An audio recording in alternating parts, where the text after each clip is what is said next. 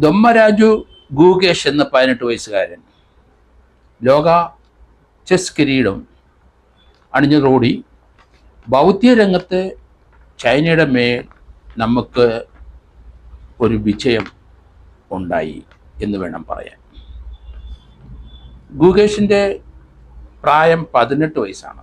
ലോകത്തിലെ ഇത്രയും പ്രായം കുറഞ്ഞ ഒരാൾ ചെസ്സിൻ്റെ ലോക ചാമ്പ്യനാകുന്നത് ആദ്യമായ സംഭവമാണ്. ഗാരി കാസ്പറോ എന്ന ലോക ചാമ്പ്യൻ, അദ്ദേഹം 22 വയസ്സിലാണ് ആദ്യത്തെ ലോക ചാമ്പ്യൻഷിപ്പ് ചെസ് രംഗത്ത് നേടിയത്. അതിനുശേഷം 18 വയസ്സിൽ ലോകത്തിൽ ഇന്ന് വരെ ആരും ഇങ്ങനൊരു വിജയം നേടിയിട്ടില്ല. ഇതിനു മുമ്പ് നമുക്കറിയാം 5 തവണ ലോക ചാമ്പ്യനായ വിശ്വനാഥൻ ആനന്ദ് ചെസ്സിലെ ലോകത്തെ തോൽപ്പിക്കാൻ പറ്റാത്ത വ്യക്തിയായി 5 വർഷം നിന്നു. ചെസ്സിനെ പറ്റി പറയുമ്പം ചതുരംഗം എന്നാണ് മലയാളത്തിലും അല്ലെ ഇന്ത്യയിലും അറിയപ്പെടുന്നത്. നമ്മുടെ പുരാണ ഇതിഹാസങ്ങളിലെല്ലാം ചതുരംഗ കളിയെപ്പറ്റി രാജാക്കന്മാരുടെ കളികളാണ് ചതുരംഗം. അതിലെ തോൽവി സംഭവിക്കുന്നവർക്ക് രാജ്യം നഷ്ടപ്പെടുന്നതും സ്വന്തം ഭാര്യയും കുടുംബത്തിനെ നഷ്ടപ്പെടുന്ന ചരിത്രങ്ങൾ ഇന്ത്യയുടെ പുരാണ കാലം മുതലേ നമുക്കറിയാം. ലോകത്തിലെ ഇംഗ്ലീഷ് ചെസ്സാണ് എല്ലാവരും കളിച്ചുകൊണ്ടിരിക്കുന്നത്. പക്ഷേ ഇന്ത്യൻ ചെസ്സിലെ, ഇന്ത്യയുടെ ചതുരംഗത്തിലെ, കേരളത്തിലെ ചതുരംഗം രാജാക്കന്മാർ കളിച്ചുകൊണ്ടിരുന്നത് മലയാളത്തിലുള്ള ചതുരംഗത്തിലെ മൂവ്മെൻറ്റ് വളരെ വ്യത്യാസമാണ്. കാരണം നമുക്കറിയാം, ആന, കുതിര, തേര്, കുതിര ഇങ്ങനെയുള്ള മൂവ്മെൻറ്റുകൾ നമ്മൾ നടത്തുമ്പം ഓരോരുത്തരും ഓരോ കളത്തിൽ നിന്ന് എങ്ങനെയാണ് പോകുന്നതെന്ന് നമുക്ക് എല്ലാവർക്കും ഇംഗ്ലീഷ് ചെസ്സ് മലയാളത്തിലുള്ള അല്ലെങ്കിൽ ഇന്ത്യയിലുള്ള ഇപ്പോഴത്തെ തലമുറയ്ക്കൊക്കെ നല്ല തറവാണ്. എന്നാൽ ഇന്ത്യയുടെ ചതുരംഗം അതിന് ഈ മൂവ്മെൻറ്റിന് വളരെ വ്യത്യാസമുണ്ട്. ആനയുടെ മൂവ്മെൻറ്റിന് വ്യത്യാസമുണ്ട്, മന്ത്രിയുടെയും രാജാവിൻ്റെയും മൂവ്മെൻറ്റിന് വ്യത്യാസമുണ്ട്, കുതിരയുടെ മൂവ്മെൻറ്റിന് വ്യത്യാസമുണ്ട്, തേരിൻ്റെ മൂവ്മെൻറ്റിന് വ്യത്യാസമുണ്ട്. അത് വളരെ പ്രത്യേകമായി ശീലിച്ചെങ്കിൽ മാത്രമേ നമുക്ക് ആ രീതി കളിക്കാൻ പറ്റുള്ളൂ. എൻ്റെ ചെറുപ്പകാലത്ത് ഞാൻ നമ്മുടെ നാടുകളിലുള്ള സ്ഥലങ്ങളിൽ, ഗ്രാമീണ സ്ഥലങ്ങളിലെ സ്വാതന്ത്ര്യത്തിന് മുമ്പ് മുതലുണ്ട് നമ്മളെ എല്ലാവരും എല്ലാ വീടുകളിലും ചെസ്സ് കളിക്കുമായിരുന്നു. അത് മലയാളം ചെസ്സാണ്, അല്ലെങ്കിൽ ഇന്ത്യൻ ചെസ്സാണ്.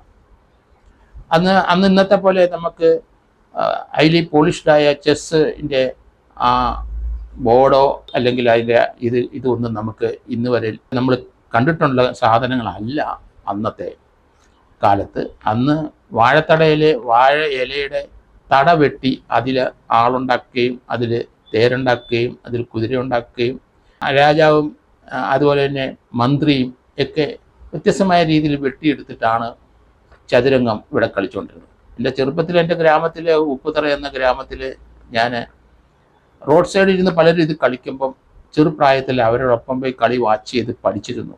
അതിന് പ്രത്യേകമായി വീട്ടിലിരുന്ന് തല്ല് കിടുകയും ചെയ്തിട്ടുണ്ട്. പക്ഷേ ഇവിടെ തിരുവനന്തപുരത്ത് ഞാൻ സ്പോർട്സ് രംഗത്ത് വളർന്നുകൊണ്ടിരുന്ന സന്ദർഭത്തിൽ കേരള സ്പോർട്സ് കൗൺസിലിലെ അന്ന് വെക്കേഷനിൽ അവിടെ ക്യാമ്പുകൾ നടത്തും.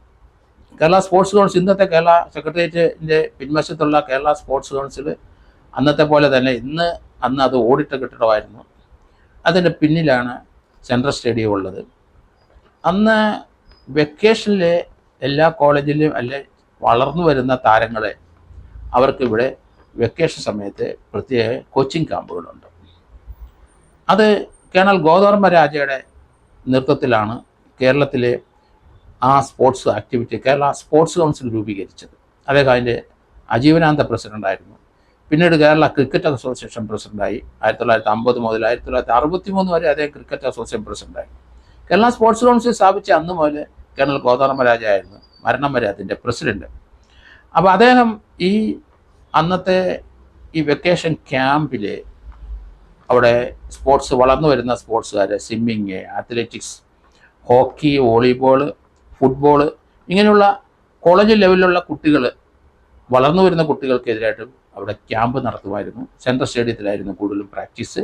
ഞങ്ങൾ വാട്ടർ വർക്സിൻ്റെ സ്വിമ്മിംഗ് പൂളിൽ പോയി പ്രാക്ടീസ് ചെയ്യും. എല്ലാവരെയും ആൺകുട്ടികളുടെ മുഴുവൻ ക്യാമ്പ് കേരള സ്പോർട്സ് കൗൺസിലിനകത്ത് കളിത്തട്ടിൽ അവിടെ തടി കൊണ്ടുള്ള കട്ടിലിട്ടിട്ടുണ്ട്. കിടക്കാനൊന്നും അസൗകര്യമൊന്നുമില്ല, അവിടെയാണ് എല്ലാവരും കിടക്കുന്നത്. അതേ സമയത്ത് ഫുഡും അവിടെ തന്നെ തരുമായിരുന്നു. പക്ഷെ എല്ലാ ദിവസവും വൈകിട്ടും കൃത്യമായിട്ട് കേണൽ ഗോദവർമ്മരാജ അവിടെ വരും.